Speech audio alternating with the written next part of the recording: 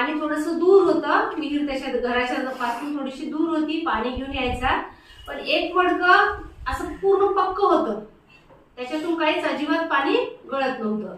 पण दुसरं मडकं होतं की त्याला छोटंसं छिद्र पडलेलं होतं, त्याच्यामधून पाणी गळायचं.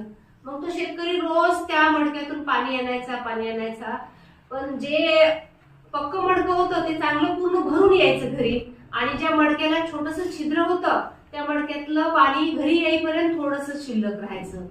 मग एक दिवस त्या फुटलेल्या मडक्याला इतका वाईट वाटलं की मी कोणत्याच कामी, म्हणजे शेतकऱ्याला म्हणाले ते मडकं की मी तुझ्या कोणत्याही कामी येत नाहीये, माझ्यामध्ये थोडंसंच पाणी यायला लागले, मला काय कर, तू फेकून दे, मला काय कर, फेकून दे. तेव्हा शेतकरी म्हणाला, तू नाराज होऊ नको किंवा तू तुझ्या मनाला वाईट वाटून घेऊ नको. उद्या काय कर, तू जाताना